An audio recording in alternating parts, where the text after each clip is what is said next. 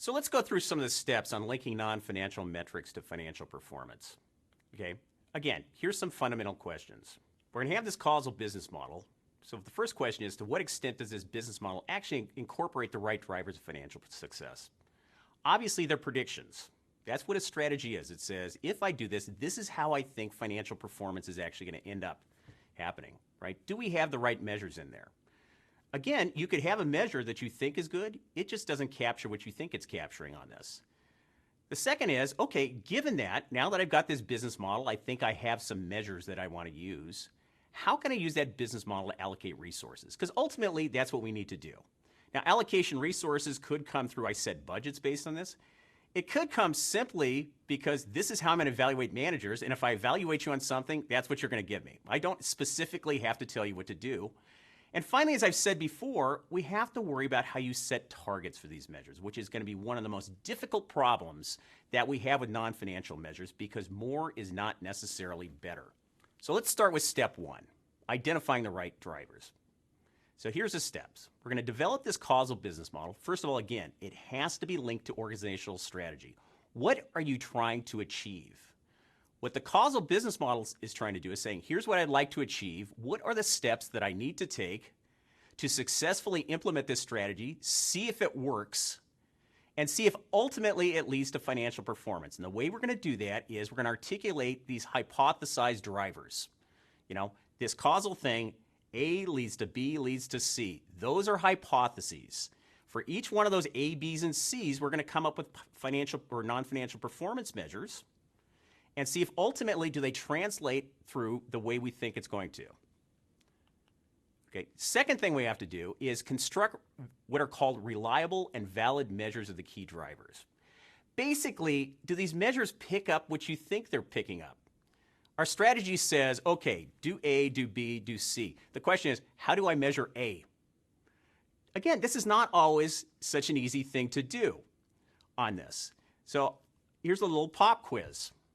If you think about fast food hamburger chains in the United States, there's lots of ways I could evaluate, are you satisfied with the fast food hamburger chain? I could say, is it the quality of the hamburgers? I could say, is it the cleanliness? I could say, how easy is it to get in and out of the parking lot? And if you think about most customer satisfaction surveys you've seen, they ask you a whole bunch of questions. Well, I can answer all of those, but what I really want to know as a company is not just, are you satisfied on a dimension that's going to make you come back and buy more? And that's the key thing. Well, it turns out for fast food hamburger chains in the United States, and some research we've done, the quality of the hamburger is actually quite low. Now, it turns out the quality of the French fries is really important, right? But it has very little predictive ability of whether you're going to come back. Number one, and only those of you who actually have small children are going to understand this, the number one predictor of whether somebody says they're going to come back is, was their child happy with the toy and the Happy Meal last time you went there? Because as you're going to realize, once you have small children, the only time you go out for fast food is when your kids want you to. Now, if you think about that, if I ask you something about, did you like the hamburger, and I'm using that to evaluate managers, they're going to improve the quality of the hamburger. But if that doesn't cause you to come back and buy more, that's not a good strategy. So what we need are constructs or measures that are reliable at capturing what you think they're going to capture and valid. They are going to be predictive of whether you come back. The other thing is what you want is you don't want measures that bounce up and down all the time on this stuff. And what you get a lot of times with these measures is because you use like very small sample sizes, they bounce up and down. They don't actually tell you much. So what we want is a measure that's valid and reliable. It predicts what you want it to predict. And it's not what's called too noisy, which means it just bounces up and down. We don't know why on this. Next step. I've got a causal business model. I have some constructs or measures that I think actually capture the dimensions I care about. Let's verify the linkages. Let's see if it's actually true. Because again, we're guessing here, right? The strategic plan may be based on your intuition or whatever, right? It is a hypothesis about how things are going to work. Let's verify. If I said A should lead to B, should lead to C, let's verify this. Let's do some analytics on this to see if these linkages that you hypothesized actually show up. And again, I want to know why, because if they aren't, either I got to change my measures, change my strategy, or figure out what are the organizational barriers that are blocking this from happening. Okay, so here's an example. We got a major fast food chain. Company's got 6,000 plus stores in the United States, and they offer both in-store purchases. They also offer delivery. Now, their overall profitability wasn't growing fast enough to meet either their internal or external expectations. It's like a lot. Can you say that Yeah. again one more time? Thanks. So their overall profitability was not growing enough to meet either their internal or external expectations. Like a lot of companies, this is public. You've got the analysts saying, here's an earnings per share target that we have to hit. They weren't hitting that, and they weren't hitting their internal targets either. So what happens, I have a series of meetings. We got the senior level executives, all the functional areas. We're going to get together, and we're going to build a consensus business model. We're going to actually go through this process. Let's take our strategy. Let's lay out what we think the consensus business model is, right? And then we're going to come up with performance measures based on that consensus business model, right? Now, like a lot of companies, and even you in a lot of cases, you have to start out somewhere. So this consensus business model was developed using management intuition. There really wasn't any data analysis up front. We've been in this fast food business a long time. We know our customers. We know our competitive environment. Here's what we think it's going to take to meet our financial objectives. So here's their consensus business model. Well, they're going to use something called the customer service profit chain, which is very common in retailers. The idea is I've got to start out looking at my employees, right? So if I've got very good employees, the idea is, well, that is going to lead to a better customer experience. If I got a better customer experience, what's going to happen? Well, customers are going to buy more. They're going to come back. They're going to tell a friend. And ultimately, that is going to get me the financial results I want, which in their case was growth and financial returns. Now, if you look at this, there is actually no direct link between employee selection and staffing and financial performance. Lots of intermediate things have to happen. So if I was just going to look at employee selection and staffing and try to use predictive analytics to predict financial results, it's going to be very difficult. There's too many other things that are going to happen before you get that end result. The other thing is, it's going to take a while for this to actually go through between me hiring employees and actually getting better financial performance. But in the interim, if I get better employees, that's going to predict that there's more productive. The employees are going to add more value. If I've got better employees who are more productive and work harder, that's going to lead to a better customer experience, which ultimately is going to lead to the financial performance they want. Now, again, think about this. It's a fast food company, and we've got delivery here. So here'd be an example. Say you got a pizza delivery company. How many times have you actually seen that same pizza delivery person come to your house? Not very often. So you need to start out with the intuition. Why might it be the case that if I have better employees, it's going to lead to a better experience and lead to better financial performance? Well, it could be the case that if the person knows my neighborhood, my food actually arrives on time. They get the order right on this, right? The person taking the order on the phone is actually more productive, can get the order taken faster. They get the right things down, right? If I got brand new employees, they're probably very unproductive. I have to train them, so I probably don't want to have to hire new ones, right? So all of that should lead to a better experience. If I like the pizza delivery person, I might order more from them. I might tell my friends this is a great pizza delivery firm. And ultimately, that's when you're going to get what you want at the end. So that's the idea behind a causal business model, right? The ultimate financial results were growth and financial returns, but to get there, how exactly we're going to get there. Now, if you look at this diagram, under each one of these round circles, which is the basic causal model, there are some more specific things that we think capture that action. That's where the performance measures are.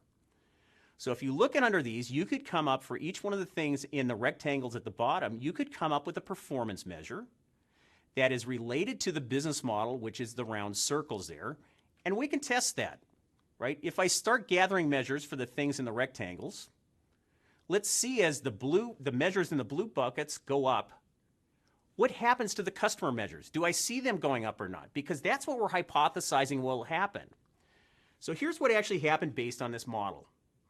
First of all, if you believe this model, the key thing I care about is employees first. If I don't get that right, my entire strategy is going to fall apart. So what they did is take employee turnover as one of their primary metrics for decision-making and performance evaluation. And again, this is based on intuition. We just know this must be true. And again, think about employee turnover. It's costly. You've got to hire new employees. I have to do the recruiting. They're very unproductive when you first start. You might have to buy them a uniform, right? So employee turnover is very, very expensive. And it impacts the customer experience because if I have an employee who doesn't know the business or is not trained or doesn't do it well, I'm not going to like going there. So that became a very important performance measure. It also entered into the bonus plans for the store managers. We're going to evaluate you on overall employee turnover. In addition to that, we're going to put in these human resource programs, retention bonuses, to keep people in place. Because if what we believe is employee turnover is one of the key drivers of financial performance, we want to figure out how to keep them there. Well, what they did is if you stayed there for at least a year, they started paying some of your educational expenses for you. So now there's an incentive for you to stay there. So we're going to put the performance measure in. That's a bonus for people. We're going to put in this expensive program of retention bonuses and based on this causal model, and that's how we're going to run our business. Well, they did that. Spent a lot of money on these retention bonuses, right? Gave bonuses to store managers based on turnover, and then they said, well, why don't we go back and actually see if this model works? Because we're basing all of this on a prediction that if these measures, the rectangular boxes at the bottom of those at the bottom of that diagram, as they go up and down, we expect that to translate all the way through to the end of the financial performance. Well, they found out some very interesting things. First of all, you had stores that had very different turnover, right? That had absolutely no correlation with financial results. Well, that was our prediction on some of this. You had some stores that were extremely profitable with very high employee turnover. And you come to these, and turnover really was not all that predictive when you started doing this. Now, here's where you want to be careful about. We're going from data analysis, right, to interpretation. Now, it turns out I was one of the consultants working on this, and their first response, and one you'll get a lot of times when it doesn't match intuition, it's got to be wrong. And what they did was they hired a statistician to replicate our work, and the statistician came back and says, well, that's exactly right. That's what the statistics say. Now the question is, and a key part of analytics, let's try to understand why. Well, when they actually went out and did some qualitative assessments, which I would encourage you to add here, it turns out that one of the reasons why stores with higher turnover might have better financial performance, they had better managers. The better managers were in the store more often. They were actually looking at their employees, making sure they were following all the procedures. They were more willing to fire people because they knew whether they were doing a good job or not. That was part of it. So it's not necessarily if you got a good manager, maybe they will fire people faster because they know let's get rid of them and replace them. The other big issue was it depends on what location you're at and whether you can actually replace employees. It turned out in a lot of low-income areas, you don't have anybody to replace them with. So why would I fire them when it's not necessarily true that I could pick up an employee who's going to be at least as good or better than the one I currently have? So part of this is going to depend on your labor market. So what actually had to happen then was, let's do two sets of analysis. One for stores in low-income areas and one for stores in high-income areas. So part of predictive analytics is you need to keep pulling back the onion. Here's the initial results I get. Let's try to understand this, which may lead you to more analytics work you need to do. And here it was, let's estimate separate models for different socioeconomic areas because it has a big impact on what you think the relationship is, has a big impact on what you would set the bonuses at, and a big impact on how you would spend money on this stuff.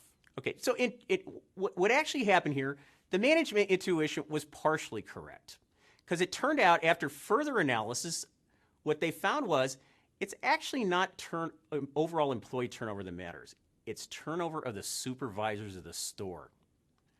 Those are the people that do all the scheduling. They're the ones who are actually making sure people are following the procedures.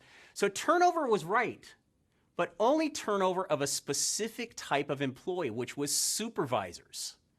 So this is where you want to make sure you got the right measure. Your model was kind of right. Turnover impacts satisfaction, impacts other things. But what measure of turnover do you want? Here the measure was turnover of supervisors. So based on that, again, peeling back the onion, they changed this performance measure to not overall turnover, but turnover by employee category. And that's what we're trying to get here. It's not just performance, it's not just turnover. It's which measure of turnover actually predicts something we care about here. Further analysis led them to say, okay, now that I know the relationship between supervisor turnover and financials, I can use that to estimate what the benefit might be from the size of this retention bonus. How much am I willing to spend on it? I don't want to spend too much. But based on this relationship, I could say, okay, if I can increase my supervisor retention or lower the turnover by 10%, say, how much am I willing to pay them in a bonus to actually make that economically feasible? So it not only changed the performance measure, it changed your estimate of financial performance. And finally, after that, again, if you think about that causal model, it's not just employees to financials. It's employees to satisfaction to financial performance. After that, then they started estimating this bigger business model where you start looking at all these linkages. But it's usually a good idea to start small. Let's look at one linkage at a time before you start trying to estimate all of this.